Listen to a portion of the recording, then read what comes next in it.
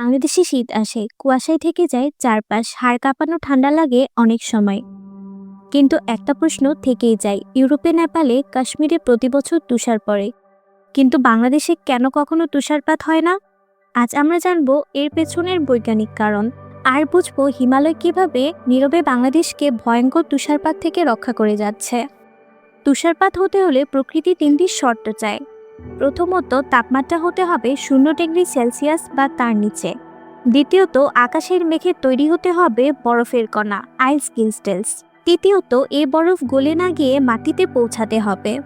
এই তিনটি শর্ত একসাথে না হলে তুষারপাত হয় না। এখন প্রশ্ন, বাংলাদেশে কি এই শর্তগুলো পূরণ হয়? বাংলাদেশে শীতকালে গড় তাপমাত্রা থাকে 10 থেকে 15 ডিগ্রি সেলসিয়াস। উত্তরের কিছু এলাকায় কখনো কখনো 6 থেকে 7 ডিগ্রি পর্যন্ত নামলেও 0 ডিগ্রি ছোঁয় না। অর্থাৎ আমাদের শীত ঠান্ডা, কিন্তু বরফ বানানোর মতো ঠান্ডা না। এই কারণেই বাংলাদেশে আজ পর্যন্ত অফিসিয়াল স্নোফল রেকর্ড নেই। অনেকে বলে, এত কুয়াশা, তুষার হয় না কেন?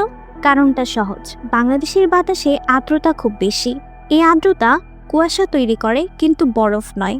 বরফের জন্য দরকার শুষ্ক ও প্রচণ্ড ঠান্ডা বাতাস, যেটা বাংলাদেশে আসে না। কিন্তু কেন আসে না? এখানেই আসে হিমালয়ের সবচেয়ে গুরুত্বপূর্ণ ভূমিকা। হিমালয় হলো পৃথিবীর সবচেয়ে বড় প্রাকৃতিক দেয়াল। উত্তর দিক থেকে সাইবেরিয়া ও মধ্য এশিয়ার ভয়ঙ্কর ঠান্ডা বাতাস দক্ষিণে নামতে চায়, কিন্তু হিমালয়ের ঠান্ডা বাতাসকে আটকে দেয়।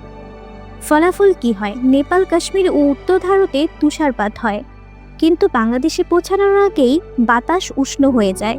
সহজভাবে বললে, হিমালয় বাংলাদেশকে তুষারপাত থেকে রক্ষা করে। বাংলাদেশ ইকুয়েটরের কাছাকাছি, সূর্যের তাপ বেশি, আর্দ্র বাতাসও প্রবল, তাই ইউরোপে তুষার পড়ে আর বাংলাদেশে পড়ে না। বাংলাদেশে তুষারপাত না হওয়া কোনো দুর্বলতা নয়, বরং এটি প্রাকৃতিক ভারসাম্যের ফল। হিমালয় একদিকে আমাদের দেয় সুরক্ষা, আর অন্যদিকে দেয় উর্বর ভূমি আর নদী।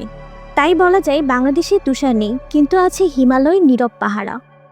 সৃষ্টিকর্তা সব দেশকে একরকম দেয় না, কিন্তু যেটা দেয় তা যথেষ্ট ভেবেই দেয়।